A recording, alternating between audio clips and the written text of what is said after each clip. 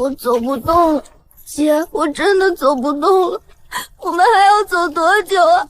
是不是要一直走到死？念念，乖，起来，不能停，停下来，差爷要打的。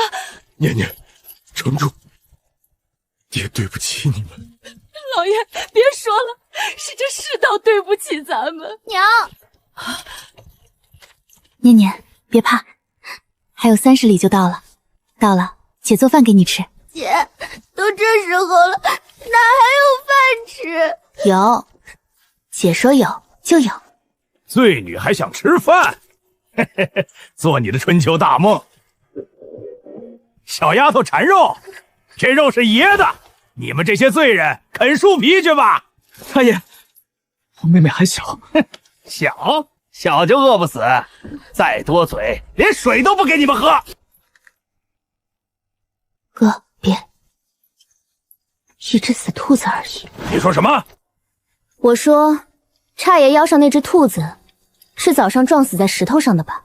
你怎么知道？血没放干净，肚子也没破。这种兔子，您要是直接架火上烤，烤出来又腥又柴，塞牙。哟，醉女还懂吃。差爷要是信我，把兔子给我，我能让您吃上没吃过的味道。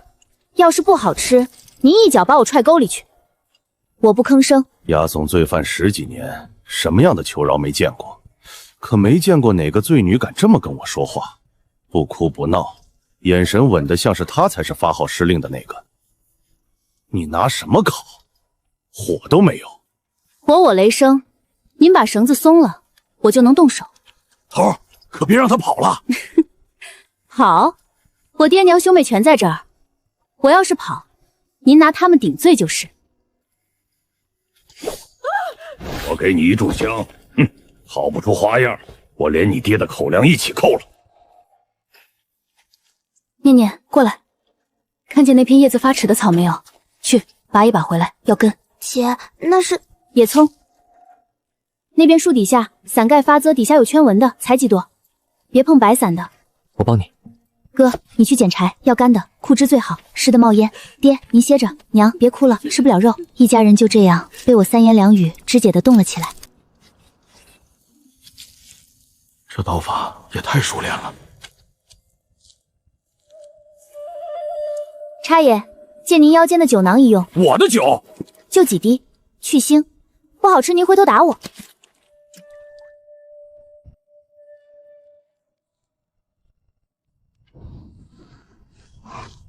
头，这味儿，这是兔子，这能是兔子？差爷，熟了。随便嚼2口，挑个刺，得把脸面正回来。怎么样？头，到底好不好吃啊？给兄弟们也尝尝啊，头。还有吗？兔子就1只。差爷要是觉得还行，这一路也未管够。我能给您和各位兄弟做顿真正的饱饭。真的假的？你还能做别的？能，不过我家里人也得吃，我做饭得管我全家一口热乎的。差爷，这个条件行不行？这一句话，要么换来一顿饱饭，要么换来一顿打。成，你给爷和弟兄们做饭，你全家的口粮也给你加倍。还愣着干什么？分头去打野味！听这丫头的。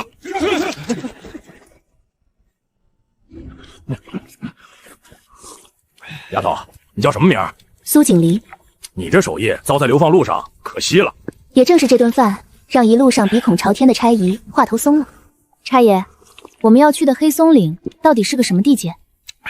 那地方啊，苦寒，一座废了的旧军堡，四面是山，外人都说是死地，进去的没几个能活着出来。哦，为何活不出来？冷呗。再一个没吃的，满山林子野东西多，可那帮罪户要么文弱书生，要么娇生惯养，谁会进山讨食？守着金山，活活饿死。守着金山，活活饿死。别人眼里的死地，在我眼里，那是一座还没人挖的金山。又走了几日，黑松岭到了。完了，到了这鬼地方，就是等死啊！锦离，咱们可怎么活？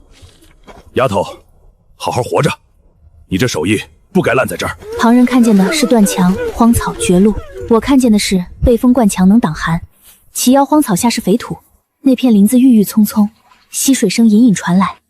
哥，别愣着，先把院子清出来，今晚让全家睡屋里吃热饭。明明是死地，他竟无半分灰白，倒像回了自家。这些天头一回觉得还能活下去。锦鲤，我有句话想问你。哥，你说。打从流放路上起，你就变了，到底是哪来的？我不能说。上辈子我一双手能调和百味，让王公贵胄为一道菜折腰，更不能说我是死了一回，才又睁眼回到这具被陷害、被流放的身子里。哥，你看，这片林子出菌子、出野味、出野菜，这些东西在咱们手里是吃食，可在城里酒楼贵人手里是钱。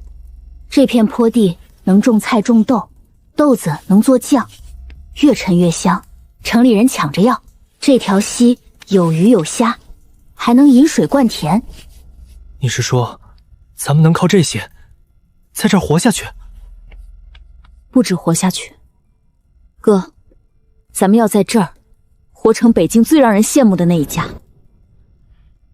都把眼泪收一收，从今天起，这地方归咱们说了算。我记得是谁把我推下来的，我也记得这一回要怎么一步一步爬回那个最高的地方。只不过这一次，我要带着全家一起上去。昨儿后半夜那股肉香勾得我一宿没睡踏实。这破堡20年没住过人了，你们是新来的罪户？你是什么人？老头子姓赵，赵铁山，在这黑松岭守了20年。我要挖这座金山，正缺个懂这山的人。赵博士吧，守了20年，这黑松岭的沟沟坎坎，您闭着眼都能摸清了。那可不，一个丫头片子，问这个做什么？丫头片子昨夜炖的肉，香到您一宿没睡踏实，锅里还温着小半碗。赵伯要不要进来喝一杯？守这鬼地方20年，见过的罪户没80也有100，哭的闹的求活路的都见过，可没见过哪个头一天落脚就敢请我喝肉汤。你不怕我喝了你的汤，转头就去衙门告你们私设造火？私设造火犯哪条律？朝廷把我们扔到这死地自生自灭，可没说不许咱们生火做饭。赵伯守20年，路熟地熟人也熟，一碗汤换您几句指点，这买卖您不亏。你这丫头不简单。赵伯喝您的汤吧，凉了心。 20年了，顿顿是糙米拌血水，今儿这一口是人吃的味儿。喜欢，往后顿顿都有。赵伯，我问您几件事，您给句实话。这满山林子，野味多不多？菌子有没有？坡地能不能开？溪里有没有鱼？野兔、山鸡、狍子撵都撵不完，就是没人会拾掇。菌子开春往后，松树底下一窝一窝，背风那几片土是黑的，肥得很。溪里冷水鱼，刺少肉嫩。可惜啊，这么些好东西全烂在山里。为什么烂在山里？没人要啊！离镇子30里，山路难走，猎户打了野味儿，路上就臭了。谁乐意跟咱们罪户打交道？赵伯，您这话说反了。东西烂在山里，是因为没人会把它变成钱。可要是有人会呢？丫头，你想干什么？这黑松岭方圆100里最大的买卖人是谁？丰隆号的钱有富，北境山货、皮子、药材大半从他手里过。他人呢？那老抠这2天就在30里外的镇上收皮子。咋的？你还想见他？我不去见他，我让他来见我。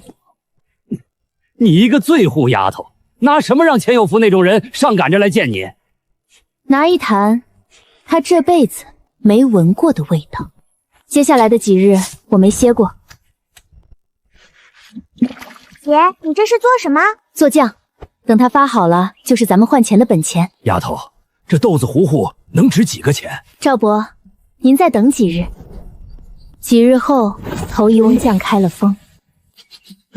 这是啥味儿？成了，赵伯，您托人捎话给钱老板，就说黑松岭的醉户丫头做的吃食能让他赚翻。他能信？他不信，可这味儿由不得他不来。3天后，风龙号的钱有福真的上了山。一个守堡的老瘸子捎话说，山上来了个醉户丫头，做的吃食能让我赚翻。这种大话，我听得耳朵起茧。这是什么？钱老板，等您多时了。这味儿，姑娘是陈酱，豆子发酵越陈越香，半年不坏。那是辣酱，吃一口就停不下。还有那边腌菜，走船走车都不怕颠。姑娘，这些能做多少？先别问我能做多少，北京缺不缺下饭好酱？缺，面军几万人，顿顿糙米，没滋没味儿。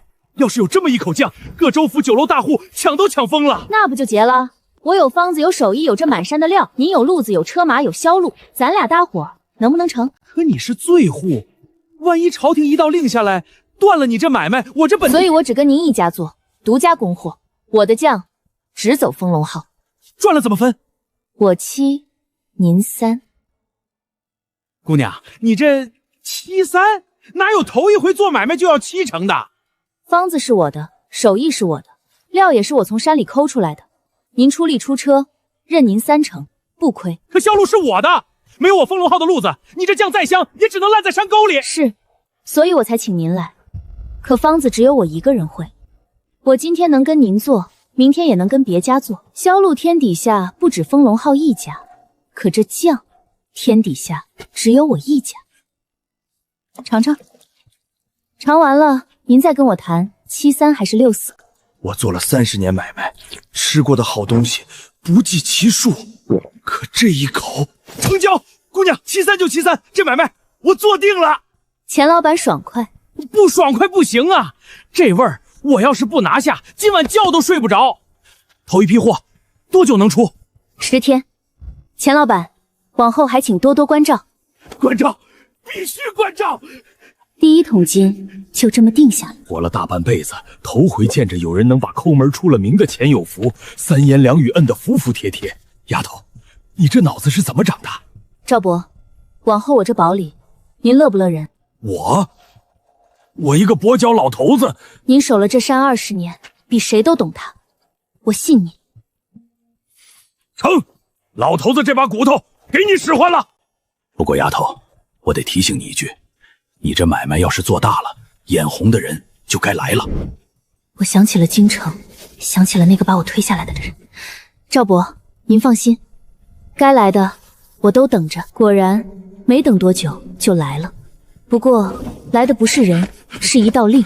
姑娘，出事了！钱老板别急，什么事？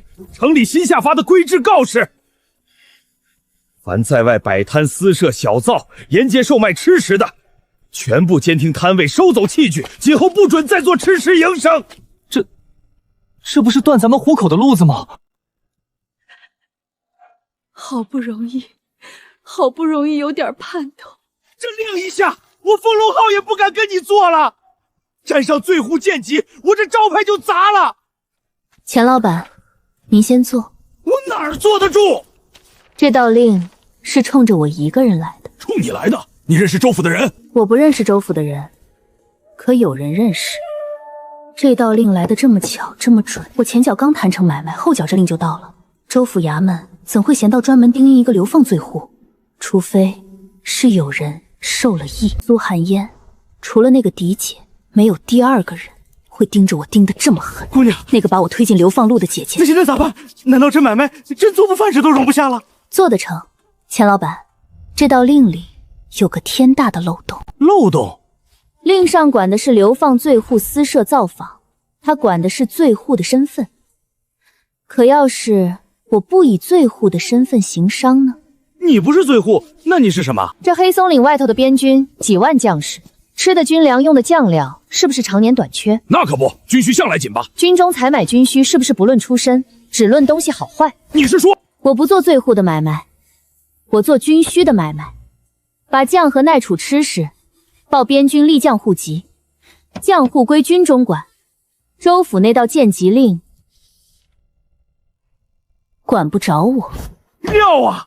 姑娘，你这一手绝了！州府那帮人怕是做梦也想不到，一道断你活路的令，反倒把你往军里送了。这一回是有人想踩我，可惜踩不动。要立军需将护的级，得有军中的人点头。赵博自告奋勇说认得军需营几个老相识，也正是为着这桩事，没过2日，黑松岭迎来了一队人马。那是我重活1岁头一次见到他。军爷过境，都让让。丫头，是镇北军的人，领头的是少将军江临川。少将军，统领北境10万边军的那位，邓贤人见着他大气都不敢喘。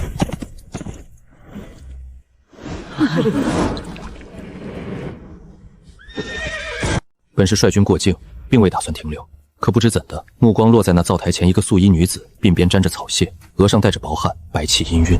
她身后是断壁残垣的废堡，叫她站在那一锅腾腾热气里，竟比满山萧索都要鲜活。将军，这里是流放罪户的堡。回将军，是。罪户为何有热汤喝？他问的不是汤，他问的是这群被天下人放弃、扔到死地等死的人，凭什么还活得有热气、有盼头？将士们活一口气，也活一口饭。再难的地方，能吃上一口热的，心就不会死。我统兵多年，见惯了将士在苦寒里熬，在断粮时挨。多少次，眼睁睁看着一支吴军，不是败在敌人刀下，而是垮在饥寒交迫里。好一个能吃上一口热的，心就不会死。留半车军粮，将军留下。就说军中过境，扰了百姓生活，抵账。将军，这使不得，我不过煮了锅汤。我不白拿你的东西，你也不必白拿我的。那灶上的人叫什么？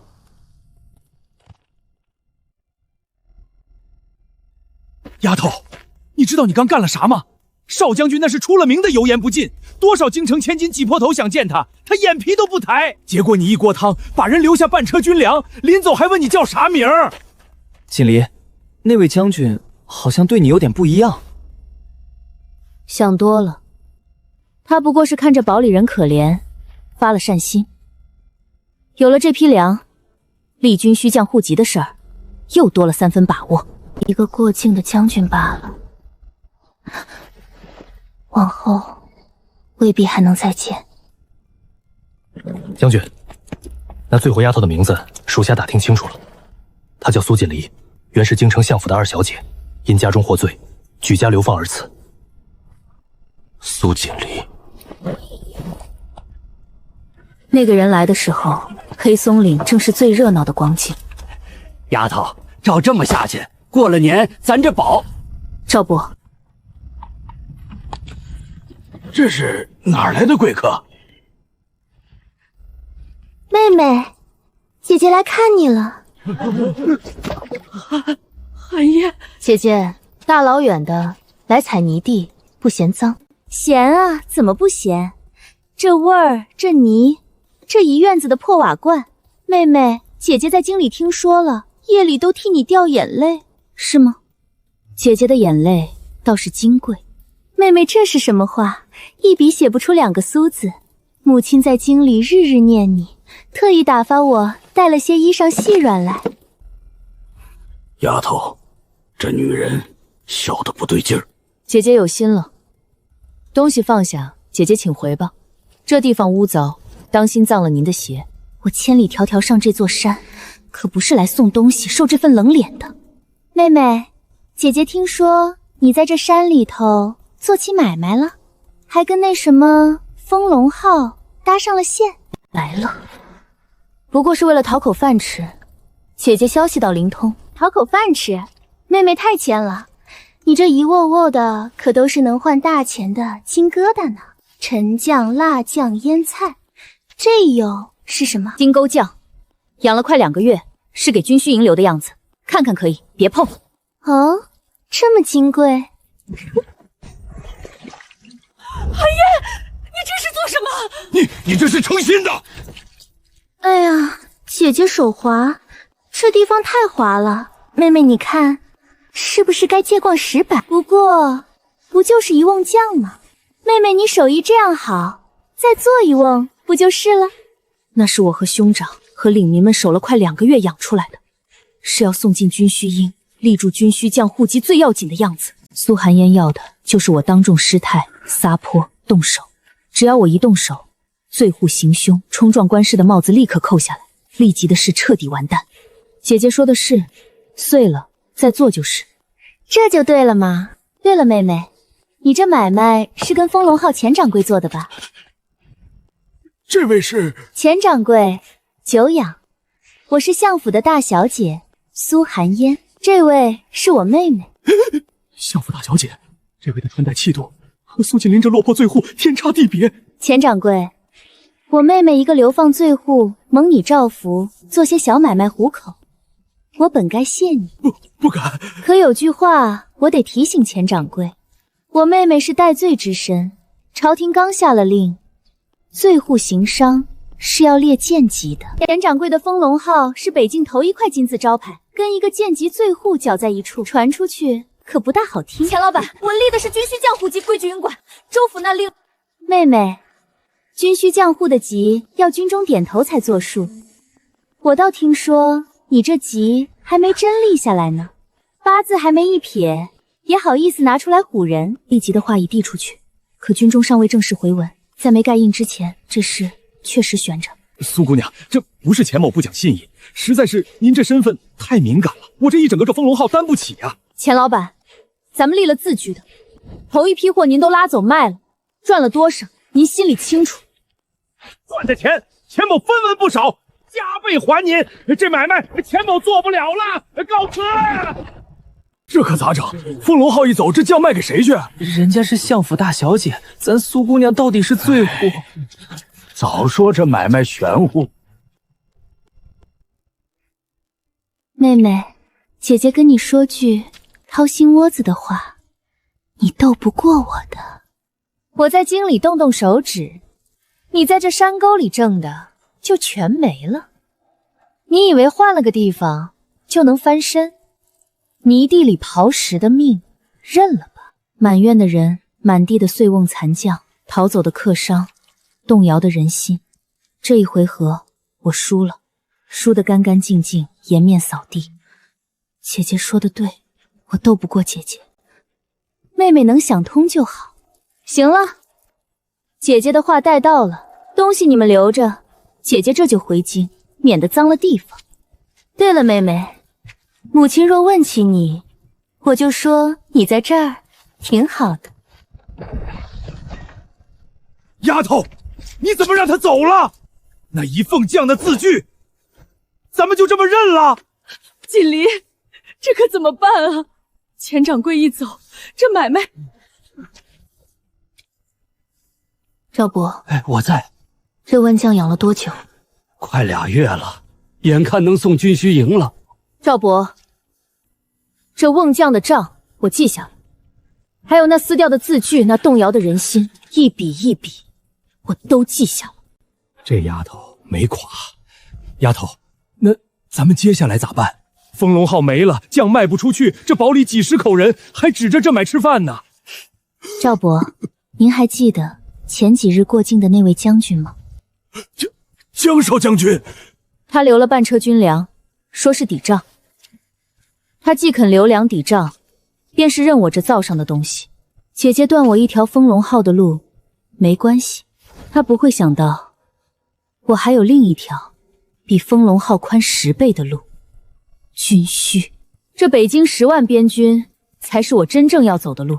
他以为踩碎我一瓮酱，断我一个撑商，我就完了。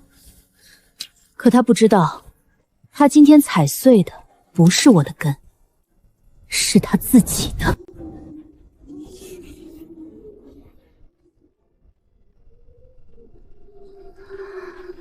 这一回是你赢了，可这一局还长着呢。姐姐，您踩碎的这瓮酱，我会让您连本带利，一分不少的赔回来。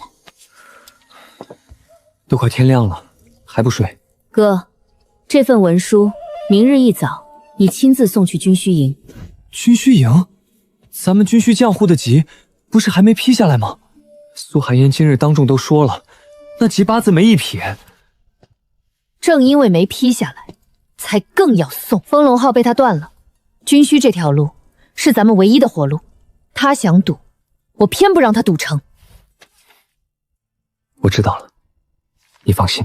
第二天一早，哥揣着文书下了山，我没歇着。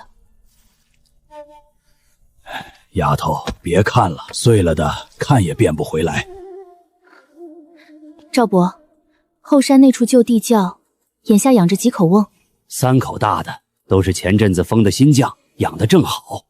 怎么，你还想？那是咱们仅剩的本钱了，眼下就指着这3口瓮，再开新局。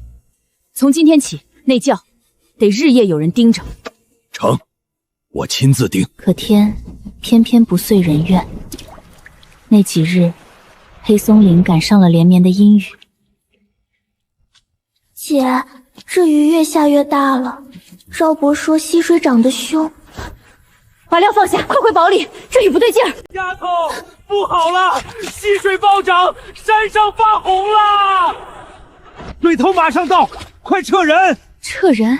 那3口瓮，瓮不要了，要命啊！洪水下来，人都得死。可那3口瓮是我仅剩的本钱。丫头，你疯了！念念出去，赵伯叫人冲走了，我就真的一无所有。再高一点，就差一点。苏锦麟，是他。水头到了，你不要命了！我还没回过神，最后的本钱全没了。将军，我的瓮没了，能再做？人没了，拿什么再做？你可知道，方才那水头再晚一些，连你一起卷掉。风罗号断了，我就剩那3口瓮。我不管你那是什么，那3口瓮加在一起，不值你的一根手指头。你的手，苏姑娘没事吧？刚才那水头吓死人了。苏姑娘真是好样的，都那个时候了，还想着抢救将瓮。咱们苏姑娘胆子比男人还壮，换了旁人早下滩了。苏姑娘这般能干，这般有胆识，咱黑松岭真供出了个女中豪杰。旁人都夸你能干，我只想问，疼不疼？将军，不许哭，不就是一道伤？将军您方才是特意冒雨赶来救我的。路过，这后山是死路，将军路过到这儿可不容易。军需营的事我来想办法。起来，雨地里坐着，仔心着凉。那一晚雨停了，他没走，他帮着安置受惊的领民，又派麾下兵卒连夜疏通西道，加固堡墙。喝碗姜汤驱寒。换相了没有？赵伯帮我换过了。将军，今日的事谢谢你。我弟的那份军需文书，今早刚让我兄长送去营里，如今3口瓮也没了，怕是更难了。那文书我看过，军需将户的急我准了。将军，枫红号那条路断了，不要紧。北境10万边军吃的军粮用的酱料常年短缺，你这手艺本就该供军中，只是边军过冬的难处，远不是一道急几瓮酱能解的。将军是说，北境苦寒，入了冬，大雪封山，粮道难行，粮草一旦运不上去，眼睁睁看着孤军断粮是常事。不是死在敌人刀下，是冻死饿死在雪地里。将士再勇没饭吃，握不住刀，军心再起，饿上7日也得溃。这是我做主帅的最怕的事。将军，您等我一下。这是什么？酒蒸饼，我闲时琢磨的。粮食9蒸9晒，压到最实，再封油裹住。将军，掰一块尝尝。这一块饼令寻常干粮3日的量，压得极实，半年不腐，不怕颠，不怕潮。一个士兵怀里揣3块，就能在断粮的雪地里撑上10天。这饼你能做多少？将军要多少，我做多少。将军，我治不了刀伤，挡不了风雪，可我能让您的弟兄们饿不死，有力气握得住刀。我统兵半生，求的是10万将士能活、能战、能归乡，而眼前这个被天下人弃如敝履的流放女子，竟轻描淡写的把我求而不得的东西递到了我面前。苏锦离，将军请讲。这九征长，我即刻报与军中，按军需采买，绝不让你吃亏。日后边军的军粮、酱料一应耐储吃食。黑松岗这条线，我亲自护着。州府那帮人，再想动你，先过我这一关。多谢将军。先把姜汤喝了。你今日落了水，受了伤，再着了凉，谁给我做这九蒸饼？江临春走的时候已是后半夜。伤口按时换药。九蒸饼的料缺什么，列单子给赵铁山，我让人送上山。好，我走了。姐，那位将军今天看了你6次。睡觉去。他帮你裹手的时候，手都在抖。姐，你脸红了。睡觉觉。姐，他临走还回头看你了，我看见了。苏念念，咱姐这是要交好运喽。旁人都夸你能干，我只想问，疼不疼？胡思乱想什么？睡。也不知过了多久，我在一片疲惫里沉沉睡了过去。丫头，江少将军送料来了，整6大车。昨夜才递的话，今早料就到了。这位将军办事是真不妥。可不嘛，我活这把岁数，头回见军里的人对咱醉户这么客气。料到了，别耽搁。从今天起，这座堡就是军粮房。哥，管蒸晒，火候我盯过一遍，照着来。赵伯，料分3等，最实的风油压模入库。念念，每出一筐记一笔。照这势头，半月准能凑出头一批。不够，落第1场雪之前备出撑半月的量。为啥非赶落雪前？将军说过，北境的冬天，大雪一封山，粮道就断。我心里不踏实。第1场雪3天后落了下来，又急又狠，一夜白头。苏姑娘在哪儿？军爷，怎么了？将军他们被困在雪岭了，断粮断了7天了。什么？军需营不是刚补过粮草？粮道被截了，接济全断了，7天了，顿顿喝雪水啃树皮，再撑下去全得冻死。雪岭隘口那是死地中的死地，3000人一个都回不来。将军派你来的？不，将军不肯派人来求，他说黑松岭刚立军需急，不该把这死局压在您一个流放女子身上。是我们几个瞒着他跑出来的。全军都知道您有一种饼，顶饿耐放抗雪，求您救救这3000人。起来，库里所有的饼全部装车。赵伯，召集能上山的人手，我亲自押粮上雪岭。什么？丫头，那是雪岭，路都没了，你一个姑娘家上去就是送命。把饼交给军卒带上去就是。你何苦亲身犯险？光送饼没用。断粮7日，眼下最要命的不是没饭吃，是军心。3000人困在雪窝子里，又冷又饿，看不见活路。今天有人喊一句撑不下去，明天就有人想逃想降。军心一散，我把饼送上去，也救不回一支垮了的军。我上去不光送饼，我是去把那口要散的军心给他们撑回来。将军，底下有人在传，说咱们被朝廷放弃了，说再不突围就得全饿死在这儿。传令，把我的战马杀了，分给重伤的弟兄，再撑1日。将军，苏锦离，你怎么会在这儿？这是雪岭，你不要命了？将军，你的兵饿不死了。传令，来国生火，全军开放！将军，光发饼不够，弟兄们饿了7天，肠胃空了，干饼直接啃上身。赵伯，架锅化雪水，把饼掰碎煮成糊，撒上我带的肉酱菜干，煮一锅热乎有滋味的饭。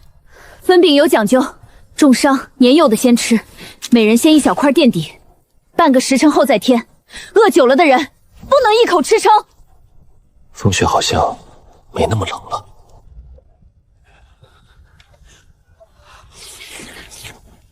热的，有饭吃了，有热饭吃了，让重伤的兄弟先来。俺打了一辈子仗，从没人冒死送热饭，这碗是救命的饭啊！谢苏姑娘救命之恩。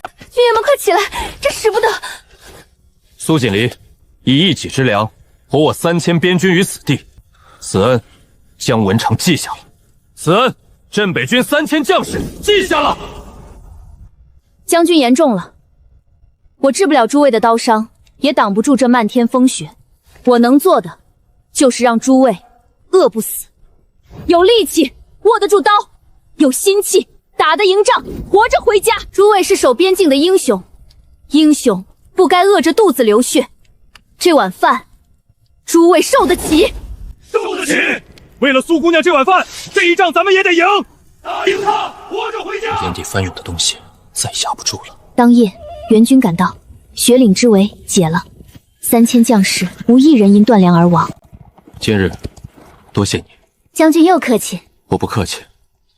我守北境这些年，最怕断粮溃营，多少次眼睁睁看着，却无能为力。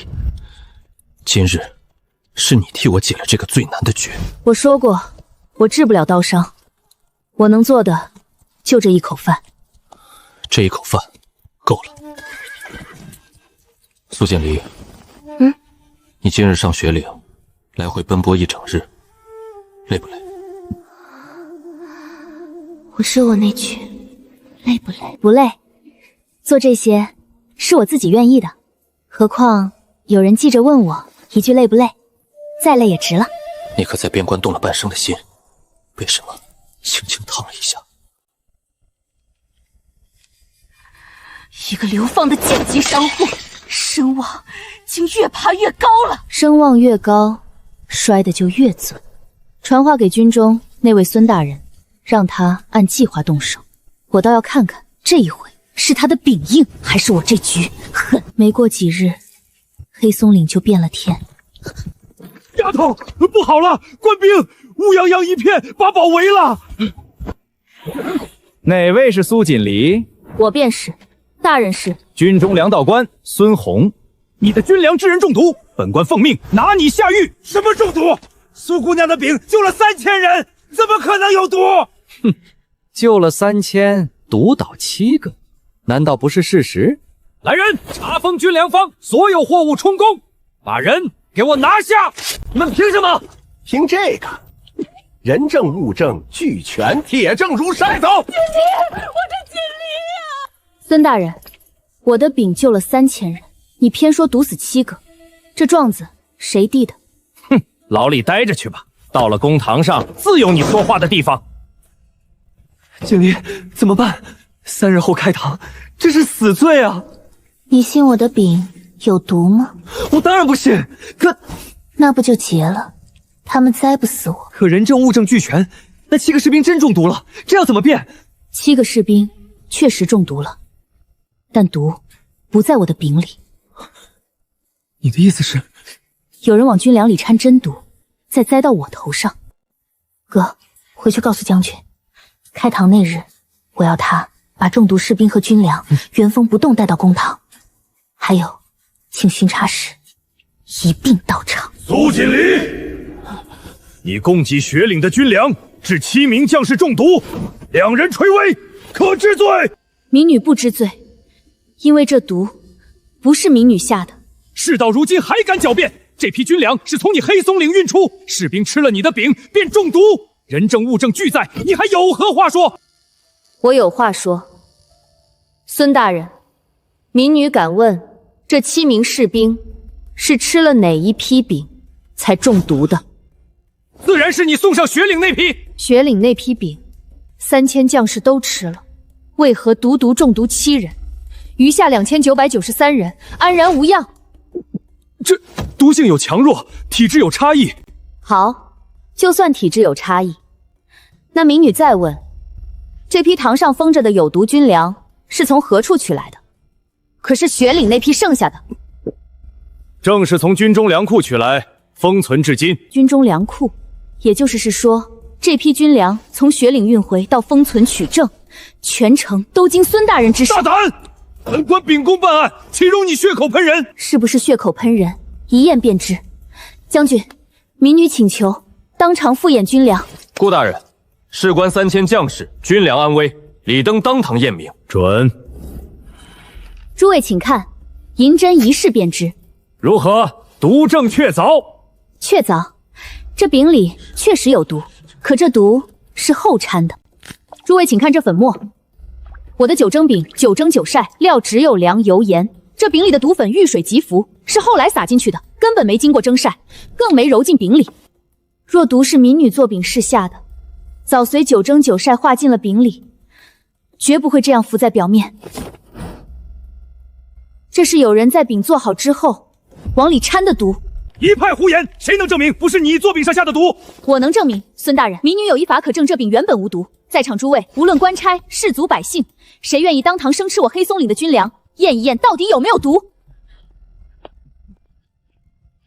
我先吃。黑松岭的军粮我吃过不止一回，从无毒。我也吃，苏姑娘的饼救过我的命，给我也来一块，给我也来一块。3000将士吃了我的饼，活了命；满堂之人吃了我的饼，安然无恙。唯独孙大人手里那批毒粮，毒粉浮于表面，后掺无疑。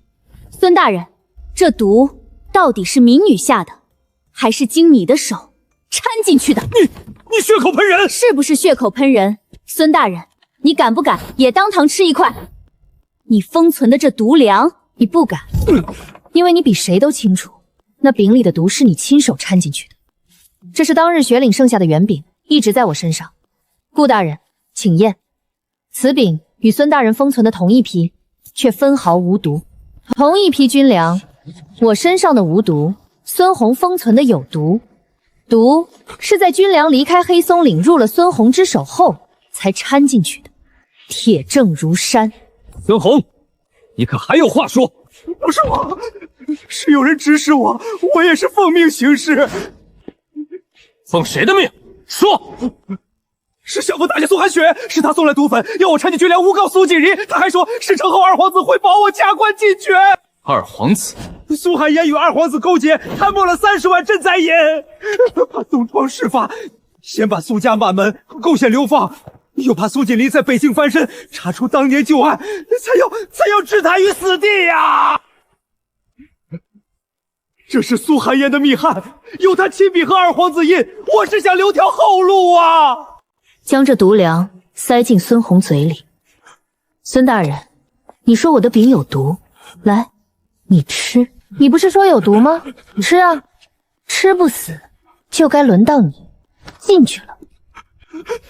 民女的饼从来只为活人，不为害人计。粮道官孙红构陷忠良，掺毒军粮潘耀同党，证据确凿。来人，拿下押解回京，听候发落。相府苏寒烟二皇子勾结贪墨一案，即刻上奏太子彻查。是。我从阶下囚一夜之间翻了身，而那个远在京城自以为稳操胜券的女人还不知道，她精心布下的这一局，非但没能弄死我，反而把她自己把二皇子把那30万赈灾银的旧账全都掀了出来。苏姑娘当庭破局，真乃奇女子，好胆识，好心计，这才叫绝处逢生。在牢里这3日，疼不疼？将军这是在心疼我。孙红潘咬出的那些苏寒烟二皇子30万赈灾银，证据已连夜呈送京城。顾大人说，太子定会彻查。将军，谢谢你。今日若不是你带头吃那块饼，我信你。这一信，便信到了京城。那笔本该发往北境灾民的赈灾银，被二皇子和苏寒玉私吞，就怕东窗事发，先把彻查旧案的苏正良满门构陷流放。旨意下来那日，黑松岭的领民挤在宝前听人念。奉太子令，查二皇子勾结贪墨，构陷忠良，证据确凿，夺封号，圈禁府中。粮道官孙红掺毒军粮潘耀同党，抄家流系。相府苏寒轩构陷亲族，勾连贪墨，逐出族谱，贬为庶民，逐离京城。原相府苏正良蒙冤受屈，官复原职，即日昭雪。昭雪啊！咱们苏大人昭雪了！锦离，咱们冤案翻了，你爹官复原职了，咱们能回京了。锦离，是你把咱们全家从泥里一点一点拉回来的。是苏姑娘救了咱们黑松岭，苏姑娘大恩大德。不该。甘心，我布了那样周密的一局，怎么会输给一个流放的、做饭的贱役之女？到地方了，往后你就在这儿待着吧。这位姑娘，我家东家路过此地，命小的给您送檀酱。苏锦，是苏锦离让你来的。姐姐当年踩碎的那坛酱，我替你补上了，慢用。苏锦离，你不要得意，你以为你赢了吗？我家东家还有一句话，让小的攥给你。他说：“姐姐，泥地里的酱也是能养出回甘的，可惜你这辈子是尝不着了。”黑松岭这边却是另一番光景，苏记的名号彻底响了。苏姑娘，苏大恩人，上回是钱某瞎了眼，再给钱某一条路走吧。钱老板，风龙号的路我早不走了。苏记的酱，太后点了名要，各地商号排着队谈。苏姑娘，钱某知错，知错就好，念你身不由己，北三州分你一城。谢苏姑娘，谢苏姑娘。起来吧，做生意讲的是信，这回别再撕字据了。冤案翻了，产业旺了，苏家也该启程回京了。可启程那日，我却没动。娘爹，你们先带念念回京，接收宅院，打点就职。我留在黑松岭。翻案都翻了，你还留在这儿做什么？跟娘回京，咱们风风光光的。娘，苏记的根在黑松岭，我那坛酱还没养熟，走不开。由他吧，咱们锦离心里有数。苏家回京那日，京城来了人问我何日回京受封。太子有意要赏这位奇女子一个诰命，我却让人捎了句话回去。回京做什么？我那坛酱还没养熟，走不开。这位苏姑娘倒是个妙人，旁人挤破头求的教命荣华，她一句酱没养熟就推了。殿下，臣听说镇北军卫江少将军近来频频往黑松岭跑。哦，这1个月，江少将军亲自押运军需往黑松岭跑了7趟。7趟，军需采买，何须主帅亲往7趟？看来黑松岭那坛酱没养熟，某位将军也走不开啊。太子说的没错，黑松岭的军粮房里，这些日子天天能见着那道玄色的身影。将军，军需的单子，昨儿不是刚结过？今日来补一笔。补什么？辣酱，军中弟兄爱吃。将军，辣酱你上回才买了50坛，不够。前日又添了30坛，还是不够。将军，镇北军10万人，人均3坛辣酱，你们军中的辣酱堆得比宝强还高了。备战。备战？备这么多辣酱？开胃。那位威震北境、油盐不进的少将军，正趴在柜台上，目不转睛的看自家姑娘算账。将军，你的辣酱。苏锦离，你家里人都回京了？是。你一个人留在这儿，忙里忙外，起早贪黑，习惯了。你做的饭能喂饱3军，可这3军里从没人问过你一句累不累。将军，以后这句话我来问，1天3遍。我守了半辈子的边关，江光剑影，风霜雨雪，什么都不怕。如今我只想守你这儿半尺灶台。将军，你……我知道你刚翻案，百废待兴，顾不上这些，我不催你。这是你头一回送的样酱，山洪冲了酱窖，我留了一坛，留了快1年了。那是我以为早已被山洪冲毁，再寻不回的东西，他却悄悄替我留了快1年。我不懂那些弯弯绕绕的话，我只知道，我守边关，你守灶台，往后我守着边关，也守着你。行不行？你不宜现在答，我等你，等到你那坛酱养熟为止。对了，改日我抬8太聘礼，登门提亲，你哥拦不住，你也别想躲。姑娘，少将军他这是跟您提亲呐。我想起山红那日的疼不疼，想起雪岭那晚的累不累，想起今日柜台前那句守你这半尺灶台。姐，我可全看见了，少将军今天又来啦。睡觉去。他是不是跟你说什么了？你脸怎么这么红？苏念念，哎，我问你，他到底问你什么了？我想起那句一天3遍的累不累。念念，你问我，他问我什么？他问我累不累。姐，我懂了，这是表白，少将军跟你表白了。睡觉。姐，你答应没有？答应没有嘛？夜深了，睡。我看姐你这弹酱快养熟喽。丫头，不好了，马匪夜袭，还掳人！快，组织领民护住女眷孩子，退到内堡。丫头，这伙人来者不善，咱们打不过。打不过也得护住人。不对。什么不对？赵伯，你看他们的刀是一个样式的。你是说，这刀是官造制式？还有，你听他们喊话。真马匪说的是北京的土话，可这群人一口的京城官话，官造的刀，京城的话。赵伯，这哪是什么马匪？是有人假扮马匪，专程从京城来，要烧我的坊，掳我的人。京城还能有谁？苏寒烟的女人不是被贬庶民扔破庙了吗？困兽之斗罢了，他输得不甘心，临死也要拉我垫背。可他算错了一件事。什么？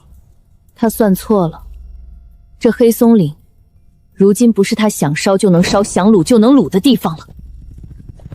镇北军在此，尔等鼠辈休得猖狂。是他。军来了，咱们有救了！苏锦离，退到内堡，这里交给我。赵伯，这伙人是来烧房掳人的，见势不妙，定要从进宝口逃窜。3处进宝口，我带领民设伏，堵死他们退路。丫头，你疯了！那是匪，假匪，他们慌了，只想逃。咱们守在退路上，瓮中捉鳖。会使锄头镰刀的，跟我来，守住3处宝口，一个都别放跑。不过半个时辰，几十甲匪尽数擒获。江将军，我都给你堵在宝口了，一个没跑。苏姑娘智勇双全，女将军一般。咱们苏姑娘真是女将军啊！女将军威武！他们看你赢了，我只看见你又受伤了。女将军威武！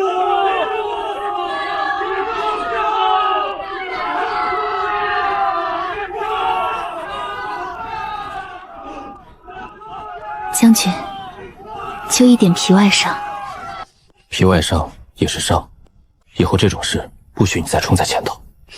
好，我听你的。擒获的甲匪一审即破，果然是苏寒烟困兽犹斗，变卖家当，买通这伙人假扮马匪，要烧苏记的坊。人证物证连同他最后这桩罪一并成了京城。至此，3番5次置我于死地的女人，彻底翻不了身了。黑松岭这边却迎来了天大的喜事，甲匪一平，江景川说到做到。苏兄，这一桌喜宴，我备了1年半。从初见那碗汤起，我就想着，有朝一日要风风光光娶你妹妹过门。我还没答应。哥，从小到大都是你护着我，这次换个人护我，行不行？行。你要是敢欺负我妹妹，不敢，这辈子只敢护着。大婚那日，黑松岭办了一场前所未有的喜宴。好啊，好啊，咱黑松岭的丫头出嫁了。苏锦离，这道关、这支军、这条命，从今往后都归你。我什么都不要，只要你点头。旁人都夸你是聚宝盆，是女将军，是活菩萨。只有我知道，你也是个会累、会疼、需要人心疼的姑娘。这辈子，这个心疼你的人，我来当。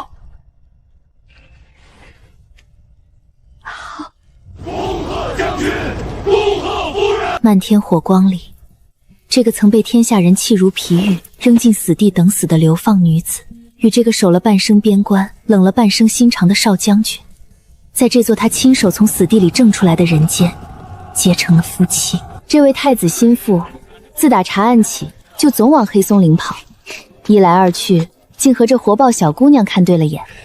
苏夫人当年第一弹将就是卖给我风龙号的，那眼光，那手艺。夜里风凉，将军今日可还有什么话要问我？累不累？不累，将军在就不累。不许再叫将军，那叫什么？夫君。好，夫君。成婚后，江临川立了个规矩，每年无论边关多忙，他都要回黑松岭住满5个月。头1年回来，他立志要学做饭。夫君，你统领10万大军，运筹帷幄，怎么连五谷都分不清？兵法我练了20年，这锅我才练第1回。罢了，你守你的边关，灶台还是归我。再来，我学会了，往后换我做给你吃。日子就这么一年一年过了下去。3年后，苏记的招牌开遍了北境，领民们家家盖了新房。赵铁山被取荐做了黑松岭的镇长。我回京受了诰命，却仍把根扎在黑松岭。将军，您坐会儿。坐不住。他疼不疼？他累不累？夫人生孩子哪有不疼的？那就快进去帮他，他一个人在里头疼怎么办？恭喜将军是个小公子。疼不疼？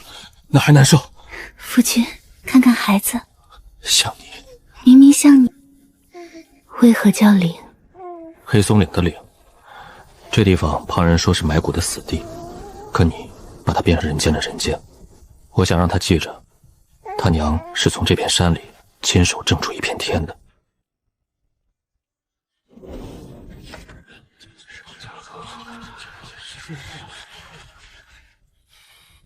陛下，臣镇守北境12年，边关无虞，可有半分懈怠。臣每年回黑松拼5月，10万将士良足西起，战无胜场。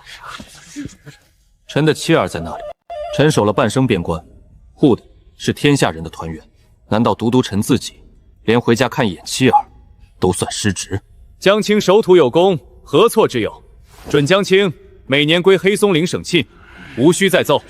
转眼10年，当年那座断壁残垣的废堡所在的黑松岭，如今成了北境第1商镇。赵铁山当了10年镇长，把这镇子管得井井有条。苏念念早嫁了顾城，小两口时常回黑松岭住。苏景行掌着苏记遍布北境的商队。这一年的某日，苏记的一支商队行经京城外那座破庙。10年了，那个曾经心比天高的女人，在这破庙里苟活了10年。夫人，是否要处置？商队路过，管事请示车中的苏锦离，不必，给他。夫人，这看在他也曾是苏家人的份上，饿不死他就行。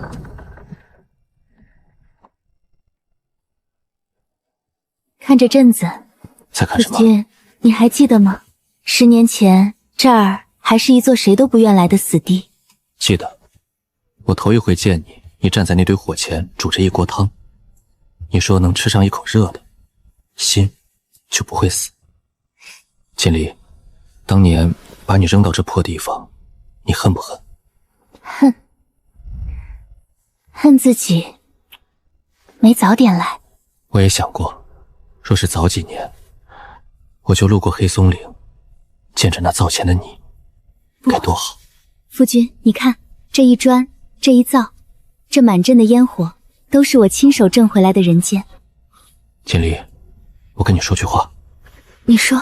下辈子我不当将军了，就守着你这口灶，给你当个伙夫也行。那可不行，你那手艺，煮一锅菜，糊一灶台，我可不敢吃。那我就慢慢学，学到你肯让我下厨为止。学一辈子。学一辈子。爷娘，赵爷喊吃饭啦！姐、姐夫，外孙都饿了，就等你俩了。来了。走，回家。夫君，今儿你还没问我呢，累不累？不累，有你在，这一辈子都不累。那光一路向北，照向边关；一路向南，照向京城。照着这片曾被天下人唤作死地，却被一个流放女子亲手煮成的人间烟火，长鸣不息。